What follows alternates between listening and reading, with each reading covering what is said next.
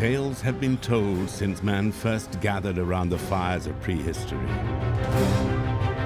Tales of the strange and wondrous things hidden in the vast unknown shadows of the world. Tales of creatures divine and beasts demonic, of gods and kings, of myths and monsters.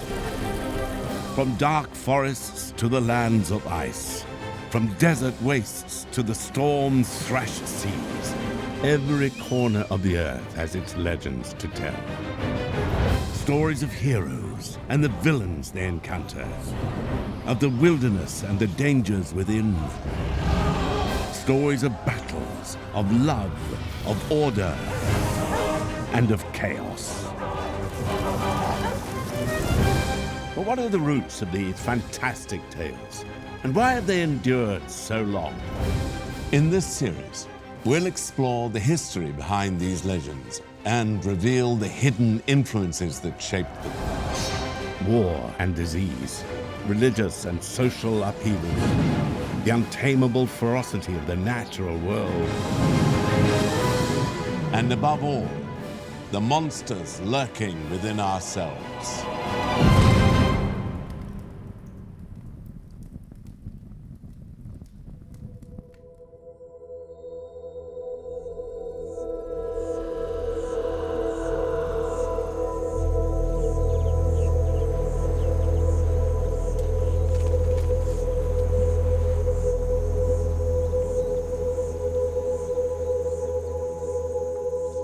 For most of our existence on Earth, humans were hunter-gatherers.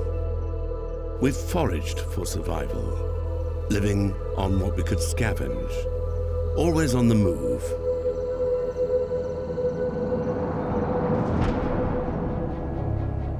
All this changed around 10,000 years ago, when mankind formed its first permanent settlements. When we started growing crops and domesticating animals, the agricultural revolution had begun.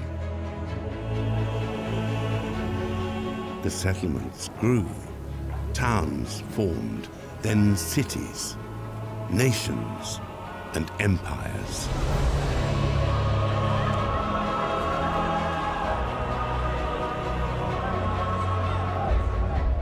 But it took more than living side by side to form a community. Shared traditions and beliefs were needed, and shared stories. It's through stories that the boundaries of a community were set, that their rules were tested, that they coped with change. All societies going through periods of rapid change desperately need myths to hang on to. Sometimes myths seem to exist to question social norms and to ask us to question them. That's a much better way of enforcing social norms than the kind of story which just says, this is the social norm, this is what you're going to do. I think if one sees it as a kind of vehicle in narrative form for things which are important in society, that's probably the best way of thinking of it. So a lot of myths involve characters, heroes, heroines, debating what they should do, and in that way, a norm gets defined. Myths, of course, can only become myths if we share them. We're a community of readers of the Bible. We share the faith in those stories. So myths create community, they bond us together. Societies exist in a state of tension. The needs and wants of all can never be satisfied at the same time. A balance must be found. It's in the stories we tell each other that we debate what that balance is.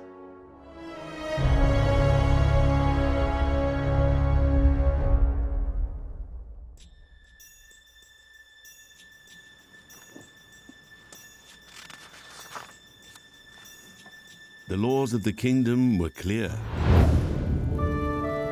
and Prince Roswell had broken them. He had disobeyed his father, the king. The three noblemen had been in the dungeon for years. They were blamed by the king for a crime they did not commit. Roswell was not his father, however. The injustice done to the three men shamed him. he had to do something. Roswell led the nobles out of the dungeon, past the guards, and through the secret, silent passages of the castle to freedom. But Roswell's father soon discovered who was responsible for the prisoner's escape. Roswell would pay a price for his kindness. The king banished his son, sending him forever into exile. The law, after all, was the law. It is a comforting thought that we have control over our destiny. The random cruelty of the world can seem at times too much to bear. Stories offer a haven. Good is rewarded, evil punished, and everyone gets their just deserts.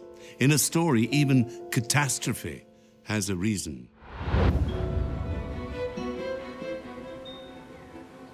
The rivers of central Germany carve through field and hill on their journey to the distant sea. For centuries, these waterways have borne goods and people up and down the country. Riverside towns grew rich on the back of this trade. One of their settlements was the town of Hameln. Hameln was an important center for the shipping of grain. It was on the Weser River. It got lots of grain coming in, it milled it, and it shipped it out. So it was one of the relatively new towns, which were becoming very, very important. Much like all German towns of that age, it would have had a social structure. It would have had a class of Bürger, what we would call bourgeoisie, that is to say, qualified citizens of the town. It would have been dominated by guilds rather than aristocrats. So one would begin to see the sort of structure that would eventually evolve into the modern city. Hameln is most famous, however, for the story of the Pied Piper. It's one of the best-known tales of the Brothers Grimm. In their telling, Hameln was wealthy and thriving. Its citizens lived happily in their fine grey stone houses, until an infestation of rats inflicted misery on the town. This black swarm of vermin attacked barns and storehouses. They gnawed on wood and chewed through cloth. Try as they might, the people could not rid themselves of the plague. Salvation seemed to come in the figure of a mysterious piper. He lured the rats into the river with a magical song. But when the town refused to pay him what was promised, the piper swore revenge. Returning to the town, he played his song once more. But this time, it was the town's children he entranced. He marched them out of Hameln and into a mountain cave. Neither piper nor children were ever seen again.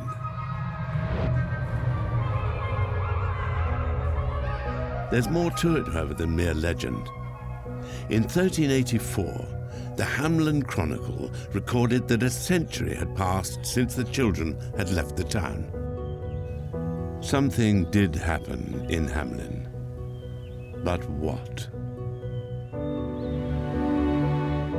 Because there's a specific date, there's a suggestion that, well, maybe this started as a real story, and then you get the kind of speculation of what is going on. I think we can say deductively, well, in all probability, it will have had its origin in some kind of social and cultural crisis. That's what the stories are there for. They're there to resolve that crisis. What kind of crisis might that have been? Well, we don't know. We can speculate. Some suggest that a disease or famine must have struck Hameln. The piper was symbolic of the death which carried the town's children away. Others have linked the story to the dancing plagues of medieval Europe. This bizarre trend saw thousands of people dance together in a state of frenzy until collapsing from exhaustion. A more convincing theory is that the legend of the Pied Piper is a story of migration.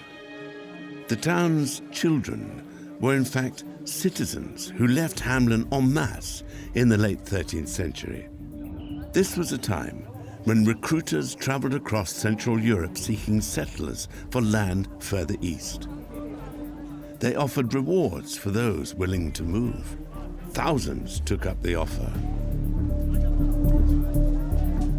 In Eastern Europe, you had these huge empty tracts of land, and landowners would actually hire agents to go find people to come and farm the land. So this may actually be a story of immigration. There are some names which contain the etymology of Hamelin, and it is possible that perhaps 100 or 150 of the youth of Hameln wandered away, and that the tale therefore has its origins in that great division of the population.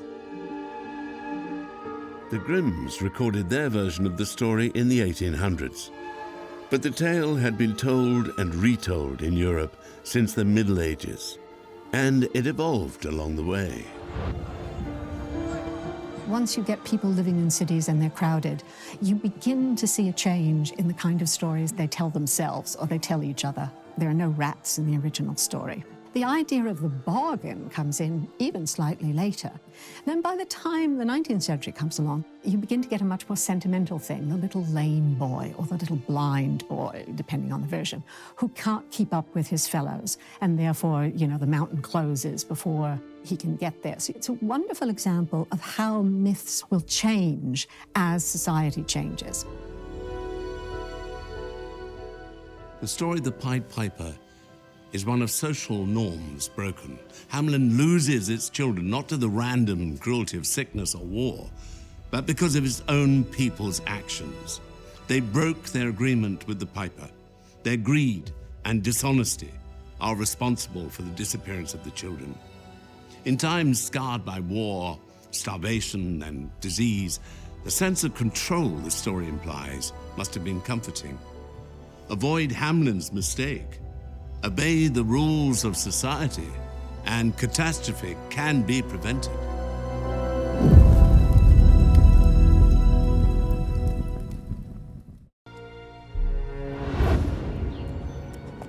Prince Roswald did not go into his exile alone. He was accompanied by a steward who had served the family loyally for many years. After a long ride through punishing terrain, Roswald suggested they rest a while at a cooling stream.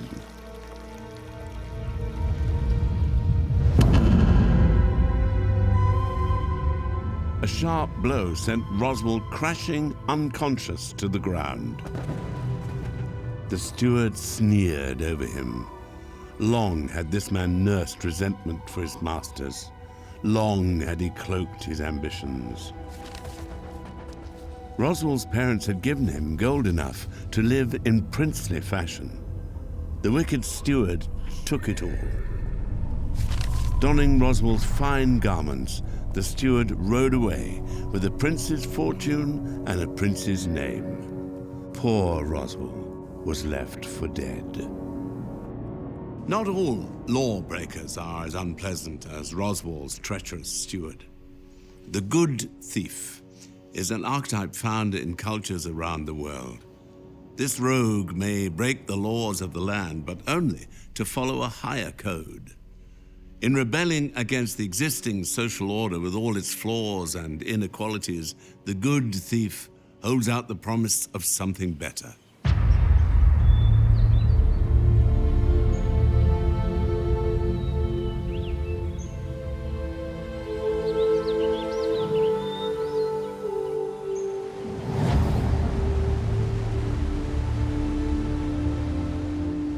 Amid the trees and woodland streams of the English forest, there once lurked a fugitive from the law. He was known by kings in their castles. He was beloved by peasants in the fields. He was a man of many identities. He was a trickster, a soldier, a rebel, a lord. His name was Robin Hood.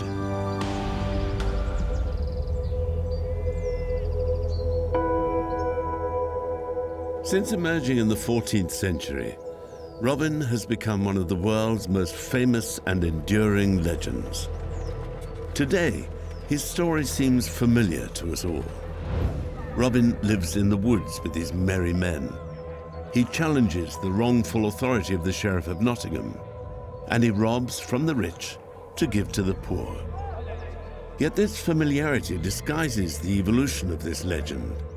For as society has changed down the centuries, so has Robin Hood. But what defines wrongful authority? What principles justify rebellion against it? Our answers are always shifting. In the earliest ballads and plays about him, Robin is no knight fallen on hard times, nor a nobleman denied his birthright.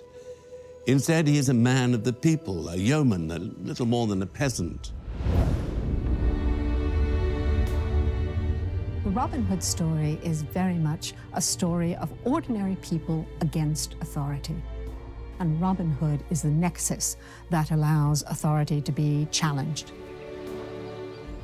He's saying something about the ordinary person, the ordinary yeoman bowman, having capabilities that aren't well understood by toffs. Robin Hood is smarter and better at shooting and better at defending himself than the people who think they're very smart because they've got account books and because they're good with abacuses. And that, in a way, is the point of him. That's what he's for. Stories about Robin were spread by word of mouth among ordinary people. And it was a time when they could do with a hero. The Black Death and other plagues had ravaged 14th century England. Civil war followed. Millions were killed or displaced. The stories of the defiant and clever Robin Hood offered rare victories for the common man. But he would not be theirs alone for long. In 1510, King Henry VIII himself played the outlaw at a court pageant. Even the high and mighty could not resist Robin's appeal. In the 16th century, England became a Protestant nation. As the country changed, so did the stories of Robin Hood. Soon it was not only the Sheriff of Nottingham he fought, but corrupt Catholic priests as well. Under Elizabeth I, however, authorities grew concerned. This legendary man of the people was becoming too popular. Robin Hood, they decided, was a threat to their power. Efforts were made to suppress the stories. If Robin Hood was to survive, he would have to change yet again. His savior was Elizabethan playwright Anthony Munday. He transformed the outlaw from a yeoman into the Earl of Huntingdon, a fallen member of the aristocracy. This changed the target of Robin Hood's rebellion. In Munday's telling, the outlaw's conflict was only with corrupt authority. Now, a member of the aristocracy himself and a loyal servant of the true king, Robin became a representative of legitimate authority. And every time he defied the rulers of his fictional world, he reinforced the social structures of the Elizabethan. The next great shift came in the 19th century. The 19th century gets really keen on the medieval past. It's called medievalism. And this takes lots of different forms, like William Morris goes around trying to replicate medieval interiors and the look of medieval books, for example. You've got Tennyson writing poems about King Arthur, Idylls of the King and the Morte d'Arthur. And Robin Hood's sort of part of that. People like Walter Scott rewrite the legend to bring it into line with the 19th century's idea of what the Middle Ages were. Robin becomes a literary figure, a popular figure. And once that happens, you get this romantic Robin Hood, who is very much loved by all. He's loved by women, he's very, very charming, he's loved by good men. He's a true monarchist, which is very important in the expanding English empire. It was a time of urbanization, industry, and empire building. Its Robin Hood stories mingled nostalgia for a simpler medieval age with a muscular Victorian nationalism. The 19th century saw the popularity of the Robin Hood legend spread far beyond England. And in the 20th century, he would reach Hollywood. Since his early appearances in silent film, there have been dozens of screen adventures for Robin Hood. These depictions vary decade by decade, but they always question pressing issues of the day. In the 1920s, it was American isolationism. In the 30s, the Depression and Roosevelt's New Deal. In the 1950s, Britain's post-war reconstruction was the unspoken backdrop. In the 1970s, its tired decline. The 90s saw a new, more international Robin Hood, with allies of different races and creeds. And we continue year after year to revisit the story and recraft it for our own age. For the appeal of Robin Hood seems undimmed by time. There's something immensely attractive about being an outlaw in connection with trees. I think it's just the idea of living in a world where you don't have to work, but where you have all kinds of important skills, and you're living in this kind of almost Edenic nature. We like bad boys, and I think this is what the Robin Hood legend sort of attracts us to, in that he's a bad boy with a heart of gold. So there's something very, very attractive about him.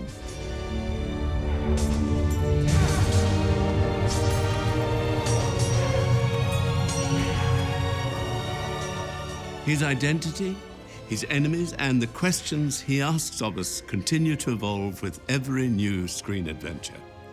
Robin Hood is both a figure of comforting permanent tradition and a relentlessly contemporary rule breaker. This dual identity is at the heart of his endurance.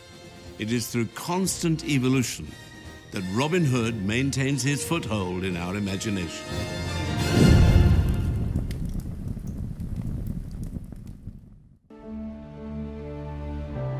After weeks of wandering, the exhausted Roswell came to a city. Behind walls high and true stood great houses of stone, and beyond them, in the heart of the city, the towers of a mighty fortress dazzled in the sun. Roswell marveled at its wide streets and busy markets, but the greatest wonder was still to come. It was in the palace yard he saw her. He was transfixed. She was the most beautiful creature he had ever seen. Roswell summoned up his courage to speak with her. But before they had exchanged more than a few words, a harsh cry came from the palace. "Princess Lillian, come at once. Your father wishes to speak with you." Reluctantly, the princess obeyed. Roswell stared longingly after her. "She's not meant for the likes of us, lad," the passer-by mocked. "She's to marry some fine prince, I hear." Sure enough, just days later, the prince promised to Lillian arrived at the castle. Roswell joined the crowds at the gate, but when he saw the prince, he was stunned. It was none other than the treacherous steward who had stolen his fortune and his princely name. He was the man dear Lillian was to wed. Sudden reversals in fortune, like those of poor Roswell, are difficult for individuals to bear. Whole societies can fare little better. Balancing people's competing demands is difficult at the best of times. A sudden shock can make it impossible. One such shock came in the 16th century. In 1517, German monk Martin Luther defied the teachings of the Catholic Church. He ignited a religious revolution. The Reformation had begun. Soon, Europe was divided as never before. Families, communities, and nations were split, Catholic and Protestant. Wars of religion scarred the continent, and the bloodiest of all was the 30 Years' War. With almost 8 million casualties, the conflict was one of the longest and most destructive in European history. It began in the Holy Roman Empire, a fragmented land of tiny kingdoms and principalities. All of these little kingdoms were caught up in a stupendous war about whether Catholics or Protestants should succeed to one of these little kingdoms. But all of them ended up getting involved, and it started in 1618, and it just banged on and on and on. This was the epoch of the war which proverbially laid waste to Germany. Germany was the theatre of war for all of Europe. The pretty normal experience was for the other side to ride into your village and just kill everybody, and I really mean everybody. That kind of nightmare experience became quite commonplace and must have altered people's sense of the world.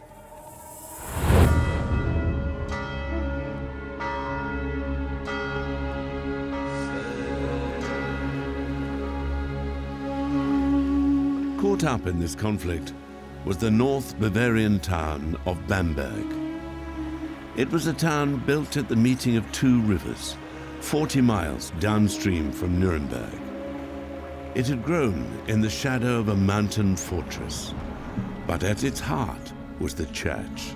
A 4-towered cathedral loomed over the rooftops, and Catholicism dominated everyday life. Bamberg in the early 17th century was a typically South German, typically Bavarian place.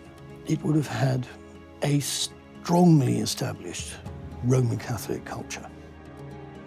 Bamberg was a prince-archbishopric presided over by successive archbishops who strongly wanted to oppose the spread of Protestantism. It defined itself over against the newly established and threatening Protestant culture just a few leagues up the road. In 1623, Johann Georg von Dornheim became the city's prince-bishop. Von Dornheim was a Jesuit. He was utterly committed to the Catholic Church and obsessed with pushing back Protestantism. The bishop was a rather extreme character, even by the standards of his day. He appears to have exploited his office as Prince Bishop of Bamberg to apply the most rigoristic form of witch hunting. Witch hunts were not new in Bamberg. They had taken place under several of von Dornheim's predecessors. But von Dornheim took the practice to extremes. Not for nothing was he dubbed der Hexenbrenner, the witch burner. Hundreds were accused, put on trial, and executed. In 1627, von Dornheim ordered the construction of the Witch House. This special prison had 28 cells and torture chambers.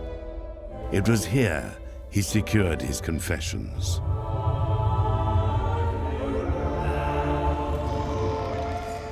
There was quite lavish torture used to force a confession from witches. And we know this because one of the suspects actually smuggled the letter out to his daughter. It's incredibly sad, explaining what had been done to him, explaining why he'd had to name names and betray people, even though he knew what he was saying wasn't true.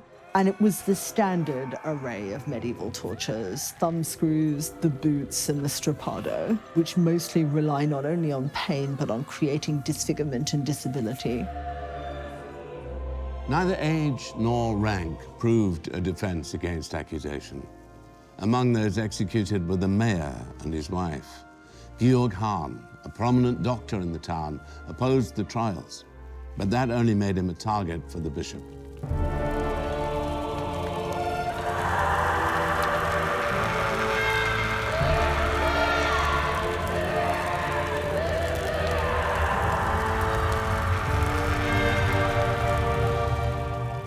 son, his wife, his son, and 2 daughters were all burned at the stake.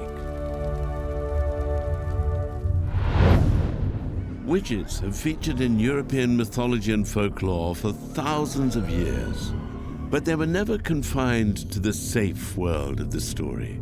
Many believed in sorcery and blamed it for misfortune in their everyday life. There has never been a society that didn't have at least a residual belief in witchcraft. It's not a recent thing. It doesn't suddenly bound into existence in the 17th century. What happens, though, and this is important, in the 15th, 16th, 17th centuries, people started trying to prosecute everyone who they thought was guilty of witchcraft. And by the time of the Bamberg trials, it was a serious matter for the secular courts, with capital punishment to follow. The theological and legal foundation for witch trials was found in a book published in the late 15th century. The Malleus Maleficarum, or Hammer of the Witches, defined witchcraft as a pact with the devil and laid down ways to combat this alleged evil. The prosecution of witches was not restricted to Germany, however. Similar trials took place throughout Europe. Both Protestant and Catholic communities took part. In a tiny village in Sweden, more than 70 people were beheaded in a single day.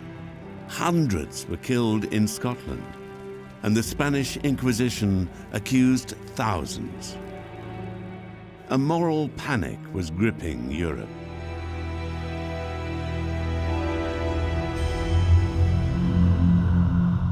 But what could drive whole societies to such inhuman acts?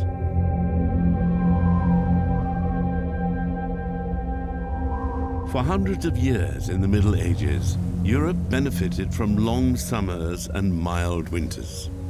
Crops were plentiful, and the seas free of ice. But this medieval warm period did not last forever. By the 16th century, Europe had become colder. Rivers froze, snows lingered long into spring, and crops failed again and again.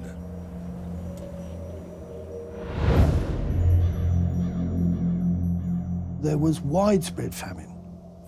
Months of rain ruined crops, and there were no charitable agencies, of course, to prevent people starving in their villages. What people thought they knew about the weather was constantly violated, and that upset them terribly and made them feel that something was causing all this. People are very reluctant to believe that nature is as changeable as it actually is. If your harvest fails for 1 year, but then another year, and then another year, these things appear to be against the course of nature. Because they appear to be unnatural, of course, it's natural for the collective mind to seek a supernatural reason for it. It's that kind of collective thinking which surely would have played a significant role in the collective fury of the witch hunts. The Bamberg trials finally ended after the Swedish intervention in the 30 Years' War. King Gustavus Adolphus invaded Germany in defense of Protestantism. In February of 1632, his forces neared Bamberg. The Bishop von Dornheim fled. The remaining prisoners in the witch house were released. They were told never to speak of the torture inflicted upon them. The trials in Bamberg are a frightening example of what can happen when society turns on itself, when it seeks out the saboteurs and the enemies within, when it embarks on a witch hunt.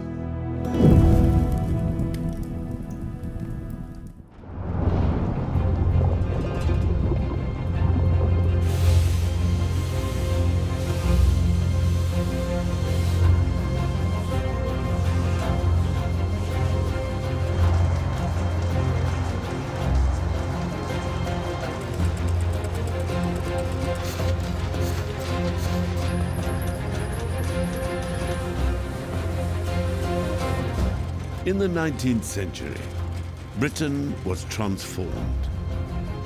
A steam-powered revolution was underway. Railways cut through the countryside. Chimneys pierced the sky. The roar of metal-toothed machinery filled the air, and black smoke veiled the heavens.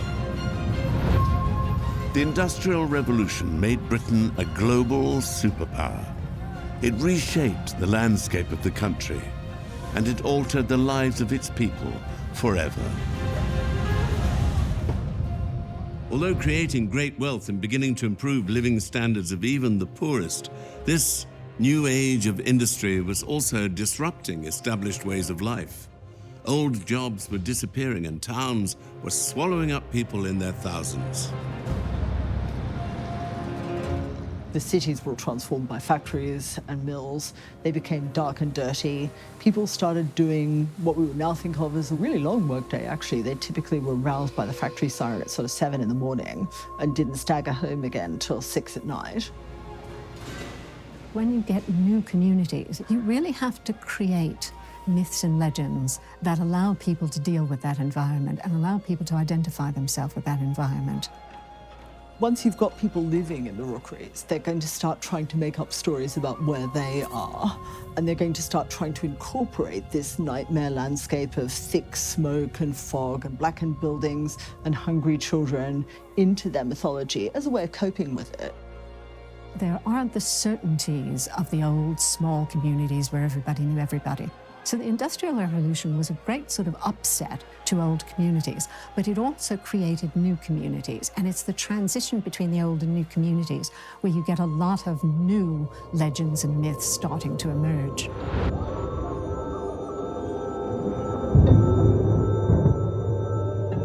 The first rumors began circulating in the autumn of 1837. In the villages south of London, a monstrous fiend was on the loose. Described as a great white bull or bear, something had attacked several people, and women were its favorite target. As the rumors spread closer to the heart of the city, the strange creature's form shifted. It became more human and all the more frightening. It was an unearthly visitant, clad in armor and long-clawed gloves, who struck at night before escaping with great leaps over the city rooftops.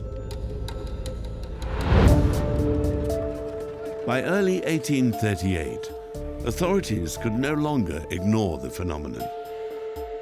On the 8th of January, Sir John Cowen, Lord Mayor of the City of London, publicised a letter he'd received from a resident of South London. The letter warned of the strange apparition and the terror growing among the people. The Lord Mayor, however, was dismissive.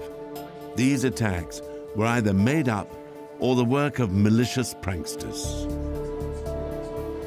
The Times printed the mayor's announcement the next day. The monster made another leap, this time into the imaginations of people around the country. He soon had a name as well: Spring-Heeled Jack. This is where you really see the media beginning to take the legend and feed back into the legend. Terrible event in somewhere, great outrage in, the usual things. But you also had a lot of chapbooks, which are sort of little, almost like little paperbacks, little sort of paper books, which were sold by peddlers all over the country.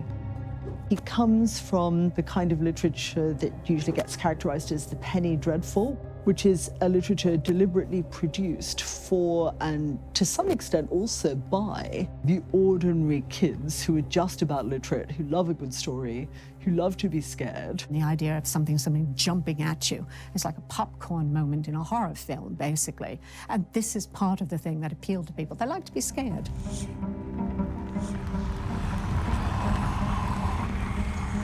Spring-Heeled Jack was a blend of the old and new. He was a figure reminiscent of ancient superstition, yet was strikingly modern in his appearance. Whether the attacks were real or fabricated in many ways doesn't matter. The fact that the stories spread so quickly and were believed by so many reveals an anxiety at work in Victorian society. For with his metal claws and furnace mouth, Spring-Heeled Jack was the dark personification of this new industrial urban world. A new demon, hidden among the anonymous masses of the city. It must have seemed to people that they were living in hell. At night, you could see the fires from the potteries for miles and miles and the smoke belching out. Why would you not think that this was part of a kind of modern demonology? This notion of a character who can jump quickly, looks like the devil, sometimes he's skeletal, sometimes he's got fiery eyes, but he also begins to take on characters of the Gothic hero, in that he can be dressed as a gentleman and he has a long cloak. So you can see this figure being created about all of the fascinations and anxieties of the Victorian world. I suspect Spring-Heeled Jack struck people as a kind of emanation of the Industrial Revolution itself, the darkness, the terrible smog and fog that overtook the country, the fact that even the trees turned black. He's the perfect urban legend for the Victorian era. He's a criminal, he's supernatural. You never know when he's going to appear. He attacks the vulnerable. But of course, if you read about him in a chapbook or a newspaper or see him on stage, somehow you're safe.